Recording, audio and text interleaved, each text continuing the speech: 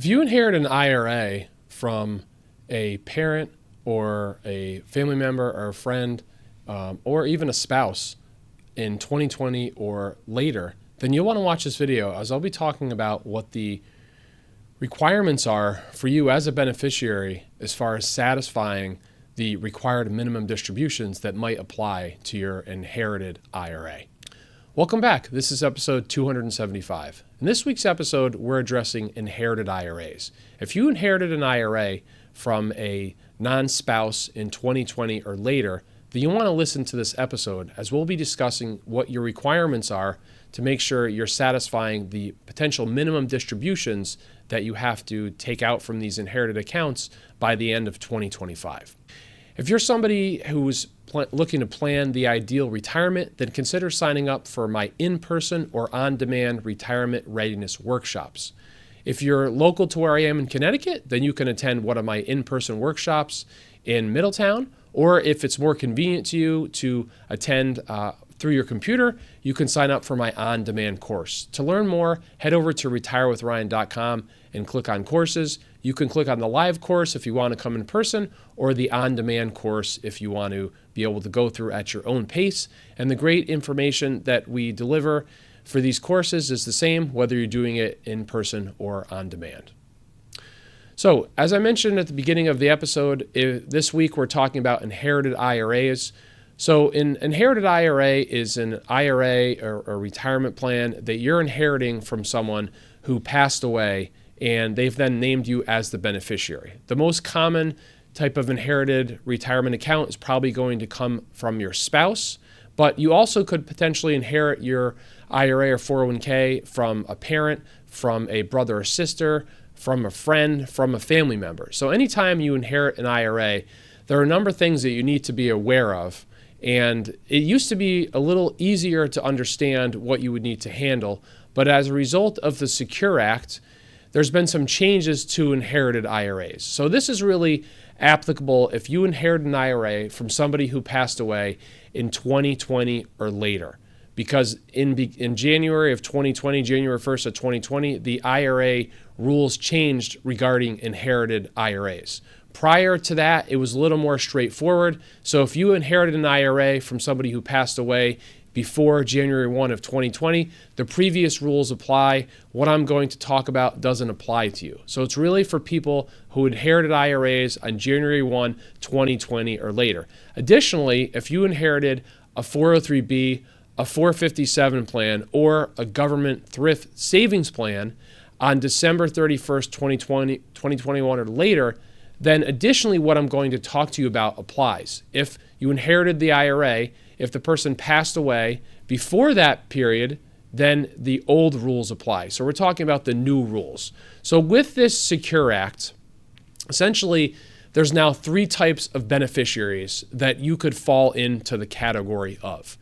So we have non-designated beneficiaries, we have non-eligible designated beneficiaries, and then eligible designated beneficiaries. So I'm going to go through each of them so that you understand how this applies to you and what you might need to be doing regarding that inherited retirement account. So the first category, non-designated beneficiaries. So these are not people. So really, this would not apply to you if you are the beneficiary on an inherited 401k, IRA, 403b, 457 plan.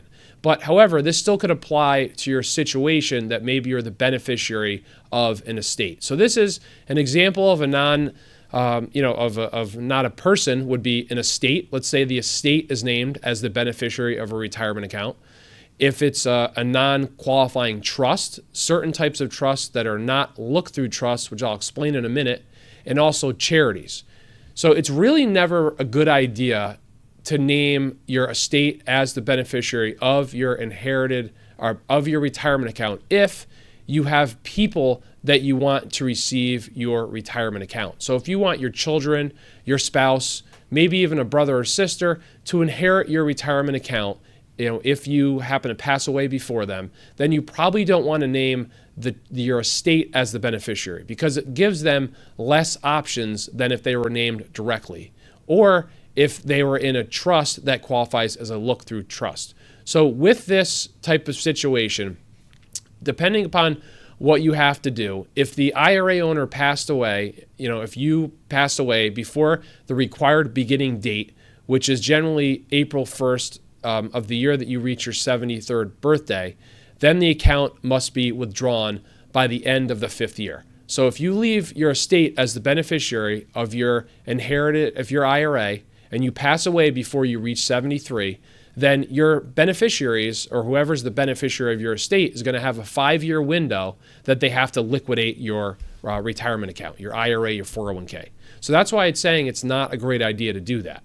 However, if you passed away after the required beginning date, so after 73, and I should mention too that in a few years, in 2032, the required beginning date is actually going to 75. So if you pass away after the required beginning date, then your estate or the non-look-through trust has the ability to take out distributions over their over the remaining owner's single life expectancy. So you do have a little bit more of an option with that, but again, it might not be the ideal situation. So then we move into the situation of what are known as non-eligible designated beneficiaries. So these are beneficiaries that do not qualify as eligible designated beneficiaries, which will be the last category that we cover. And so examples of these would be, let's say you named your grandchildren as the beneficiary of your 401k or your IRA, your adult children, and certain look-through trusts. So with this, there again is two different requirements, whether or not the owner died before or after the required beginning date. So again, that's did they pass away before 73 or in a few years 75? So if they passed away before 75, then during that 10-year window, there is no required minimum distribution.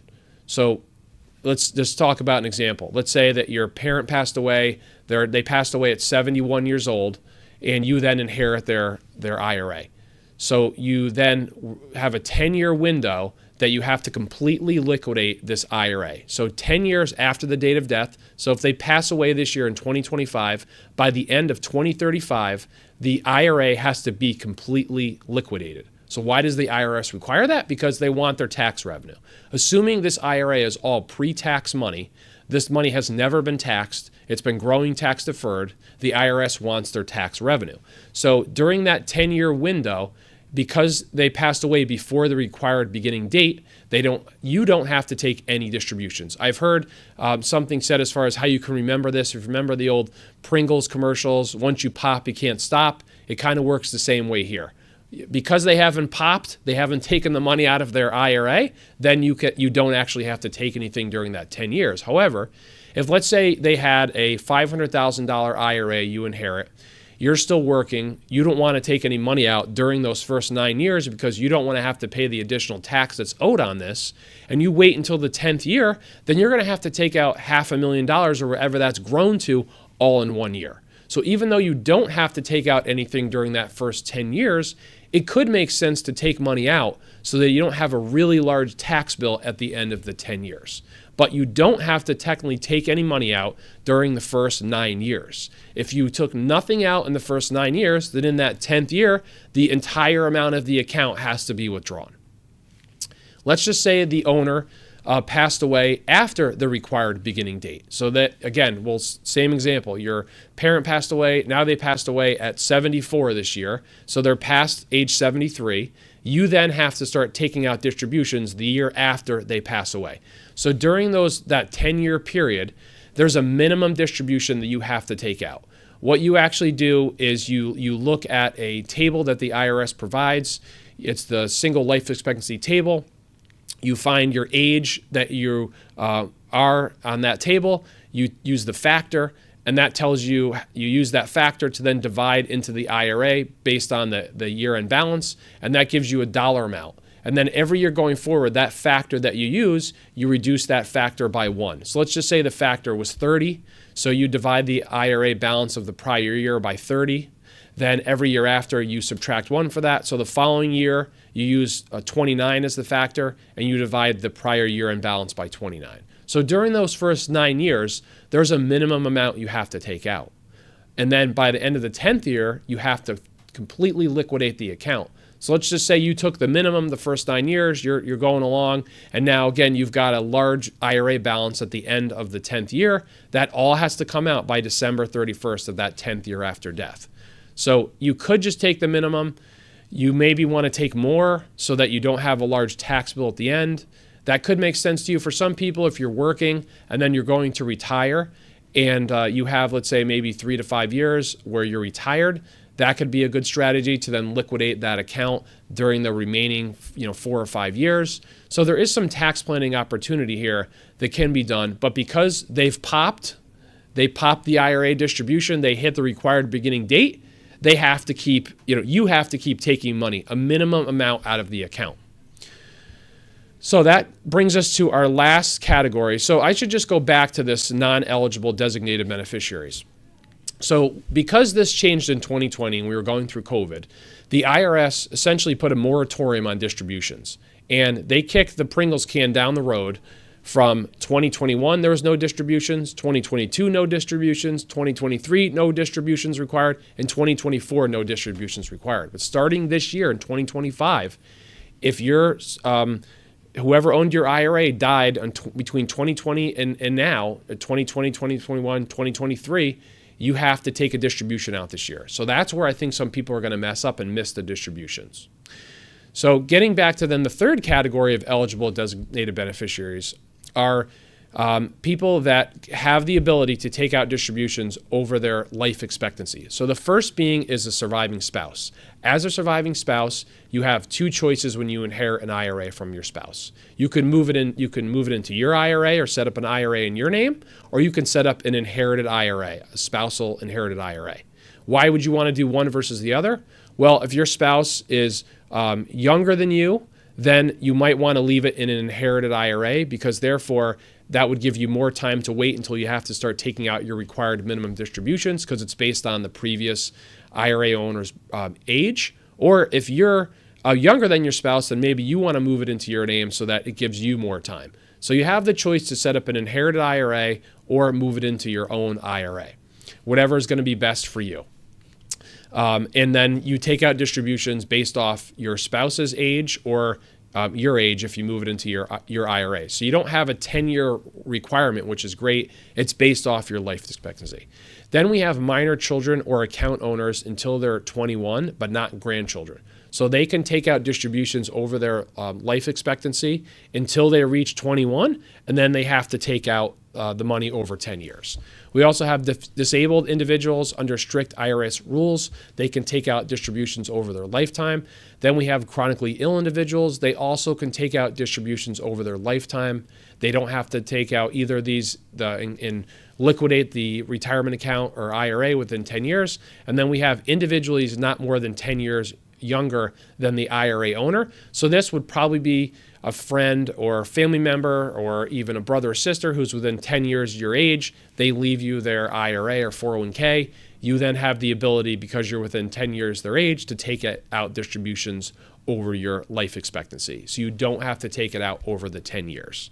But you need to make sure that you're taking out, if you're required to, taking out these distributions over your life expectancy so that you're making sure that you're taking out the minimum amount that you have to if you're someone in one of these situations. The only one that can avoid doing this is a spouse, because a spouse can take out distributions over when they reach required beginning date or when the previous owner would have reached the required beginning date. But these other four categories, minor children, disabled individuals, chronically ill individuals, and individuals not more than 10 years younger than account owner, you have to start taking money out of that inherited IRA the year after the previous owner passes away. And then it would be distributions based off your life expectancy.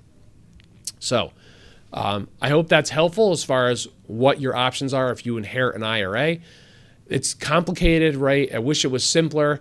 A financial advisor can be very helpful. Feel free to reach out to my company if we can be helpful in guiding you as far as what you need to do regarding these inherited IRAs. And make sure that if you need to take out a distribution this year, you're taking it out and that you're not going to pay a penalty, because it's a 25% penalty if you don't take out the distribution and you were supposed to. As always, if you have a listener question, please feel free to head over to retirewithryan.com and click on Ask a Question to leave your question. And I look forward to talking to you next week. Take care.